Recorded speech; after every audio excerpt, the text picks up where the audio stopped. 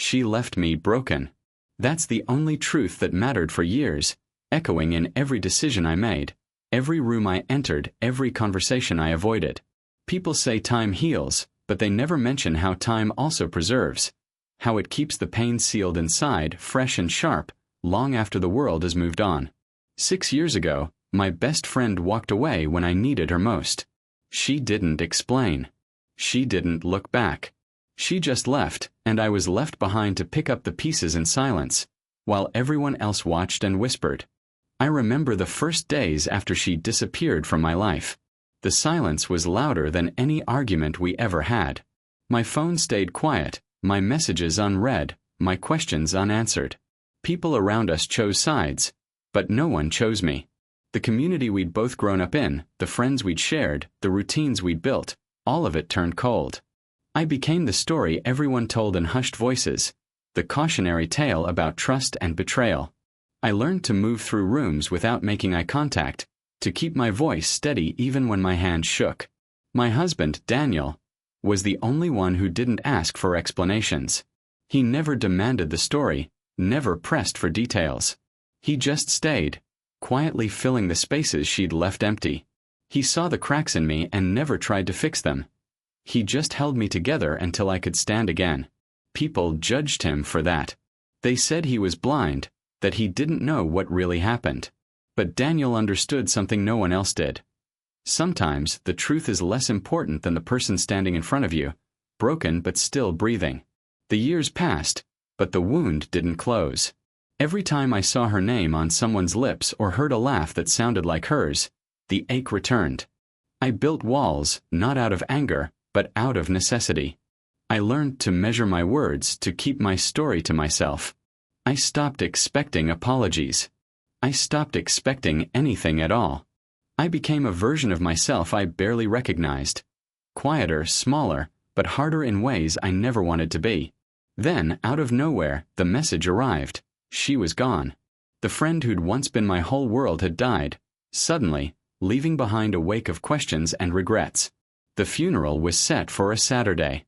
The invitation came not as a gesture of reconciliation, but as an obligation. One last chance for the community to gather and remember, or pretend to. I stared at the message for hours, unsure if I would go, unsure if I could face the people who'd watched me fall apart and done nothing. Daniel didn't hesitate. "You should go," he said, his voice steady. "Not for them. Not for her. For you." He didn't offer comfort or promises. He just looked at me with the same quiet certainty that had carried me through the worst nights. "You survived this once. You can survive it again." The morning of the funeral, I woke before dawn, unable to sleep. I dressed in silence, choosing clothes that felt like armor. Daniel waited by the door, ready but patient, understanding that this was a battle I had to fight on my own terms. The drive to the church was quiet. I watched the city pass by, familiar streets that felt suddenly foreign. My hands trembled, but I kept them folded in my lap, determined not to let anyone see how much this still hurt. When we arrived, the parking lot was already full. People stood in small groups, their faces somber, their voices low. I recognized most of them. Old friends, neighbors, people who'd once called me family. They glanced at me as I walked by, their eyes filled with something between curiosity and pity. I kept my head high, refusing to give them the satisfaction of seeing me falter. Inside, the church was crowded. The air was thick with unspoken words and unresolved history. I found a seat near the back, Daniel beside me, his presence a silent shield against the weight of the room. The service began and memories flooded in. Laughter shared, secrets whispered, promises broken. I listened as people stood to speak about her kindness, her generosity, her laughter. No one mentioned the silence she left behind, the friendship she abandoned, the pain she caused. As the service ended, people began to approach me. Some offered condolences, others avoided my gaze. The whispers started, just as I knew they would. "She's here," someone murmured. "After all these years." I felt the old shame rise up, hot and familiar, but I refused to let it show.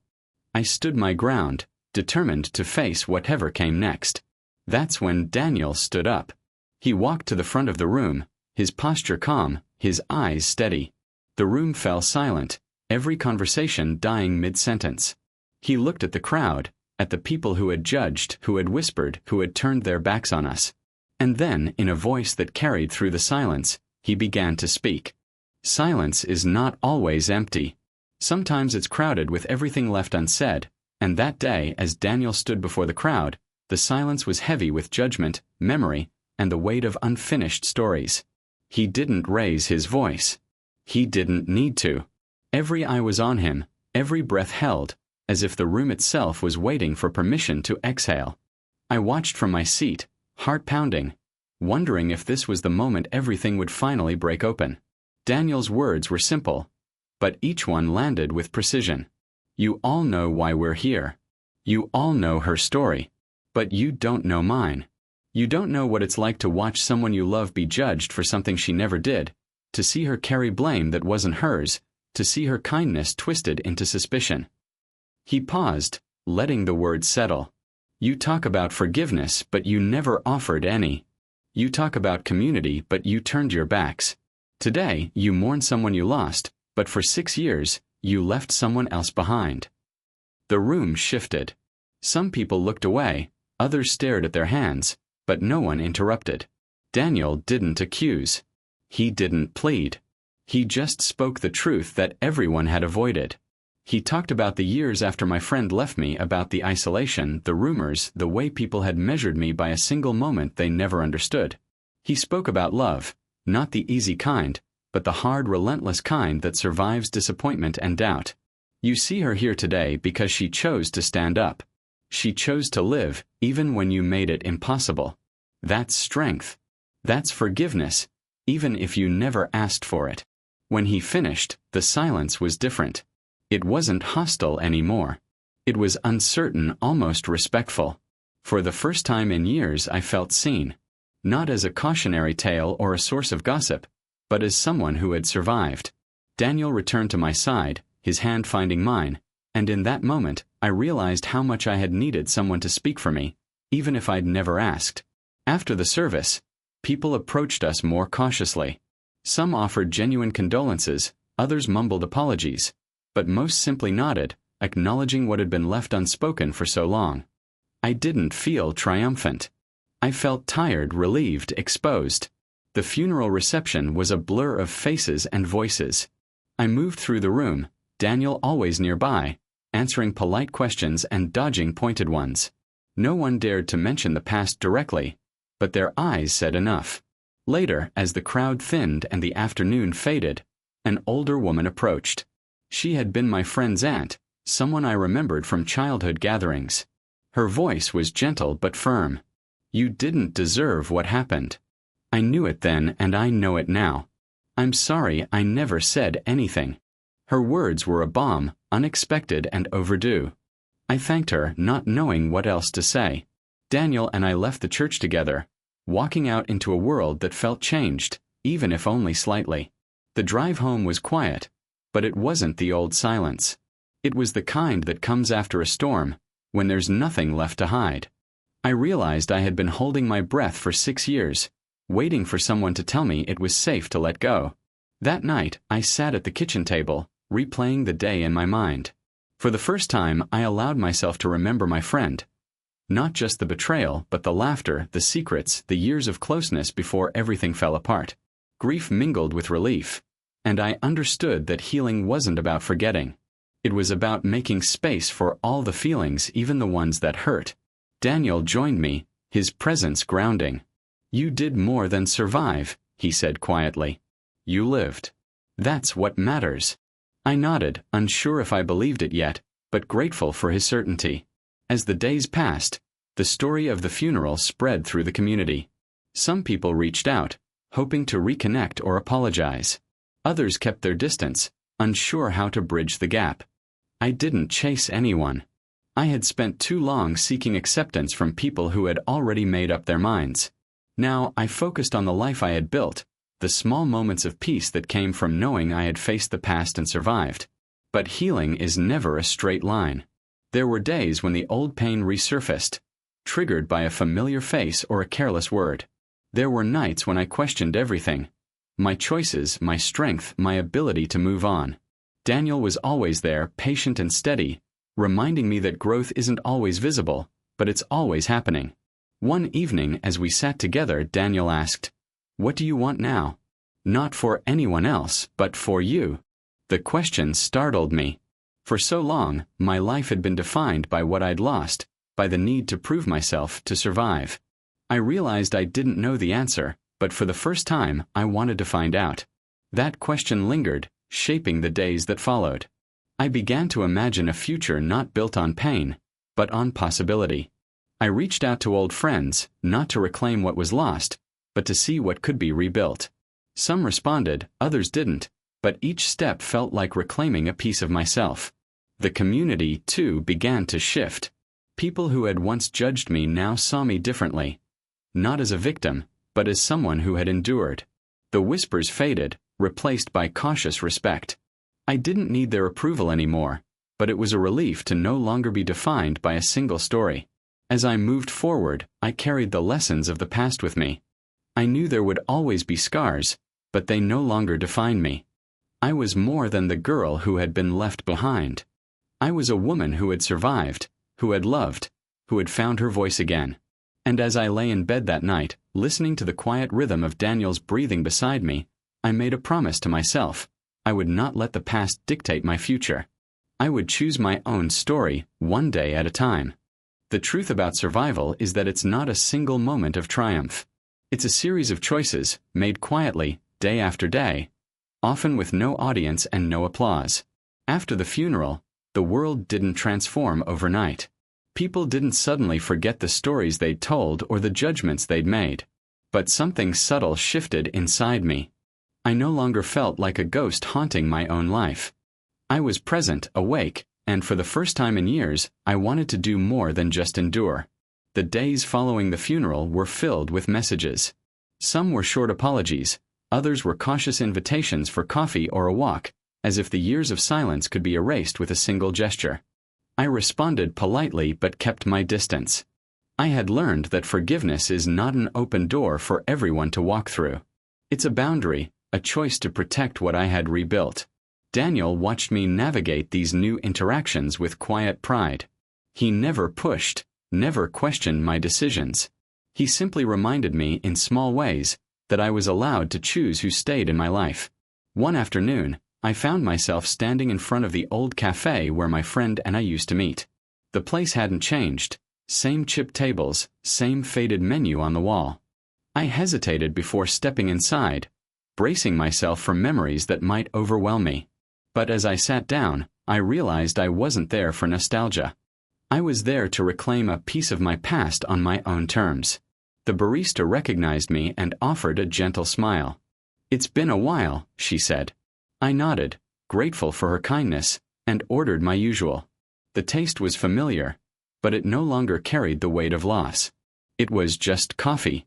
As the days passed, I started to reach out, slowly, carefully, to people who had once mattered to me.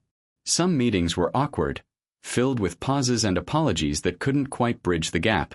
Others were surprisingly easy, as if time had softened the edges of old wounds.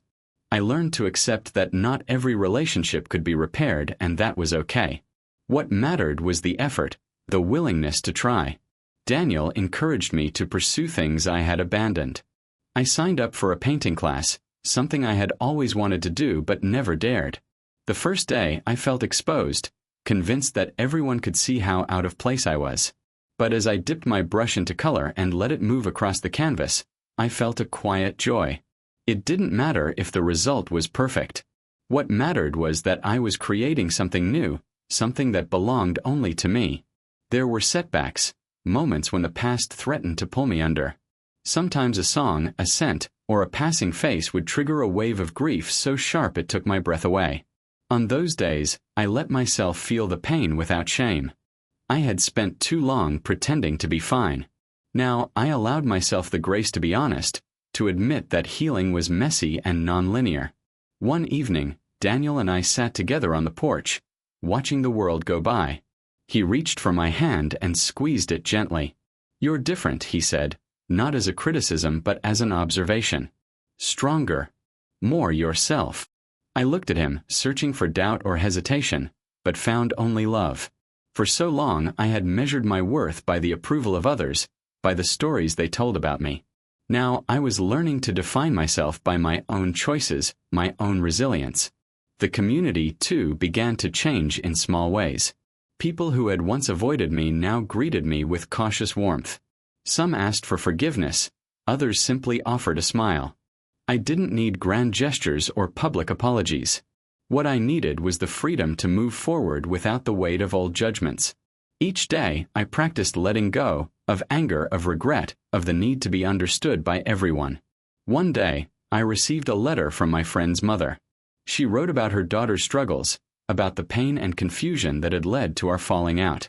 She didn't ask for forgiveness, but she offered understanding. Reading her words, I felt a mixture of sadness and relief. For years, I had carried the burden of not knowing, of wondering what I could have done differently. Now, I realized that some questions would never have answers, and that was part of life. As I folded the letter and placed it in a drawer, I made a quiet promise to myself. I would honor the past, but I would not be defined by it. I would allow myself to grieve, to remember, but also to hope. The journey was far from over, but for the first time, I felt ready to face whatever came next. The chapter of my life defined by loss was ending. A new one was beginning, shaped not by what had been taken from me, but by what I was willing to build. I was no longer waiting for someone else to give me closure. I was creating it one day at a time with every choice I made. Confronting the past is never as simple as facing a single moment. It's a process, a series of decisions that demand honesty, courage, and a willingness to feel pain all over again. In the weeks after the funeral, I found myself standing at the edge of old wounds, unsure whether to retreat or finally step through. The letter from my friend's mother lingered in my mind, stirring questions I had long tried to silence. I realized I could no longer avoid the truth about what happened 6 years ago. If I wanted to move forward, I had to face it, no matter how much it hurt. One afternoon, I sat with Daniel in our living room, the late light slanting across the floor. He listened as I spoke, my words halting at first, then tumbling out in a rush. I told him everything. The arguments, the misunderstandings, the moment my friend walked away. I admitted my own mistakes, the things I wished I had said, the pride that kept me silent when I should have reached out. Daniel didn't interrupt. He simply listened, his presence steady and grounding.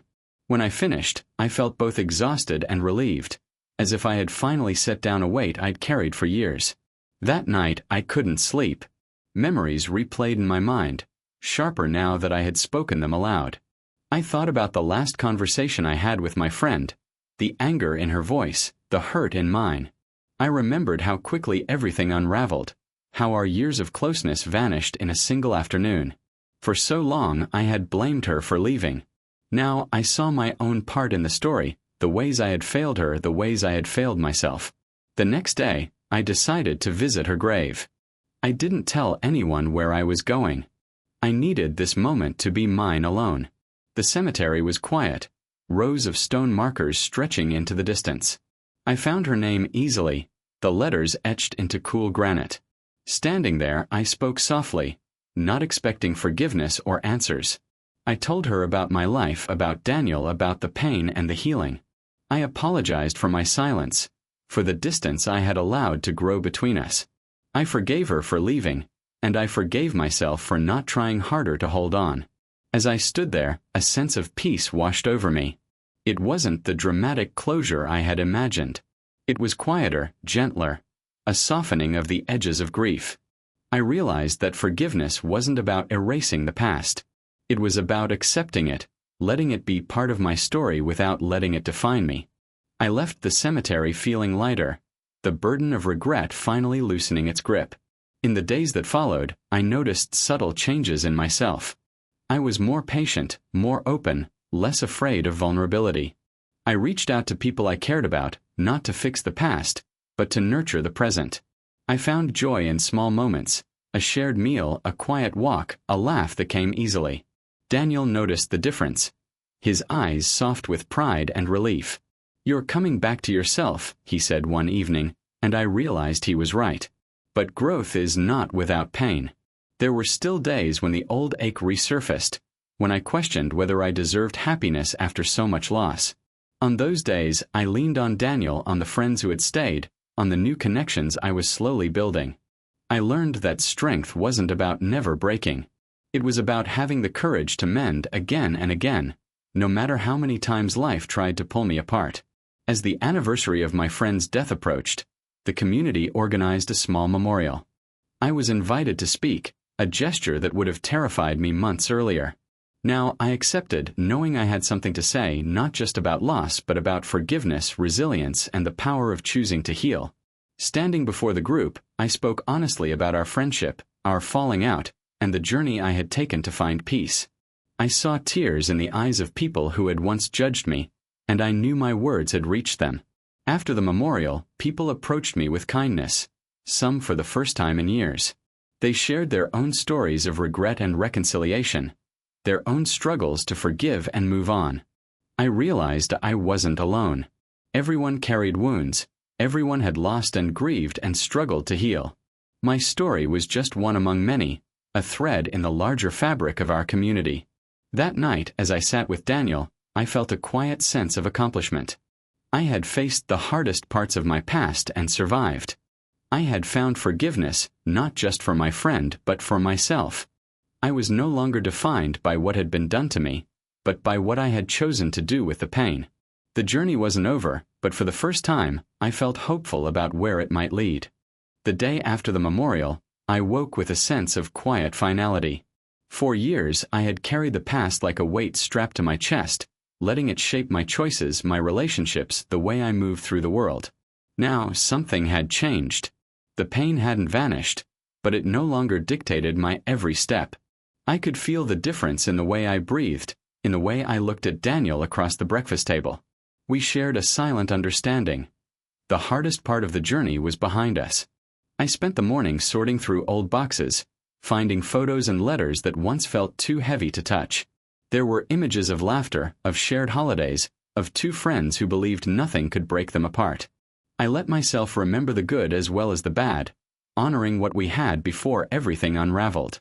For the first time, I didn't flinch from the memories. I accepted them as part of my story, not the whole of it. As the days passed, life settled into a new rhythm. The community's whispers faded, replaced by cautious greetings and sometimes genuine warmth. People who had once turned away now offered small gestures of kindness, a wave from across the street, an invitation to coffee, a note left at my door. I didn't need their approval, but I welcomed the sense of belonging that slowly returned. I realized that forgiveness, both given and received, had changed not just me, but the people around me. Daniel and I grew closer, our bond deepened by all we had survived together. We talked about the future, about dreams we had put on hold, about the possibility of starting anew. There was no rush, no pressure to prove anything to anyone. We simply allowed ourselves to hope, to imagine a life not defined by loss but by what we could build together. I found myself laughing more, trusting more, letting go of the fear that happiness would be taken from me the moment I reached for it. One afternoon, I returned to the cafe where I had reclaimed a piece of my past. This time, I brought a sketchbook, filling its pages with images that captured both sorrow and resilience. Art became a way to process what words could not, a quiet act of self-acceptance. I shared my work with Daniel, who encouraged me to show others. Slowly, I began to see myself not as someone broken, but as someone transformed by experience. The anniversary of my friend's death arrived, and I visited her grave again. I brought flowers, not as an offering of guilt or regret, but as a symbol of peace. I spoke to her as I had before, but this time my words were lighter. I told her about the changes in my life, about the forgiveness I had found, about the hope that had taken root where pain once lived. I thanked her for the memories, for the lessons, for the role she had played in shaping who I had become. I left with a sense of closure, knowing I had done all I could to honor our story. In the months that followed, I continued to rebuild. I reached out to new friends, pursued old passions, and allowed myself to dream again. The community, once a source of pain, became a place of connection and support. I realized that healing was not about erasing the past, but about integrating it into a larger, richer narrative.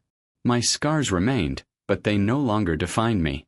They were simply proof that I had survived, that I had chosen to keep moving forward. Daniel and I celebrated small victories: a new painting completed, a difficult conversation navigated, a day spent in laughter rather than sorrow. We learned to cherish the ordinary moments, to find joy in the everyday. Our love, tested by hardship, grew stronger and more resilient. We knew there would still be challenges, but we faced them together, confident in our ability to endure. Looking back, I saw how far I had come. The girl who had been left broken was gone. In her place stood a woman who had faced her pain, who had chosen forgiveness over bitterness, who had found strength in vulnerability. My journey was not unique. Everyone carried wounds, everyone struggled to heal.